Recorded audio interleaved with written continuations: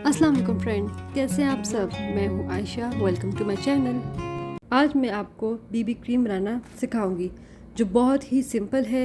इसे आप ख़ुद भी बना सकते हैं। घर में मौजूद कॉस्मेटिक का यूज़ करके आप इजीली इसको बना सकते हैं। चलिए स्टार्ट करते हैं।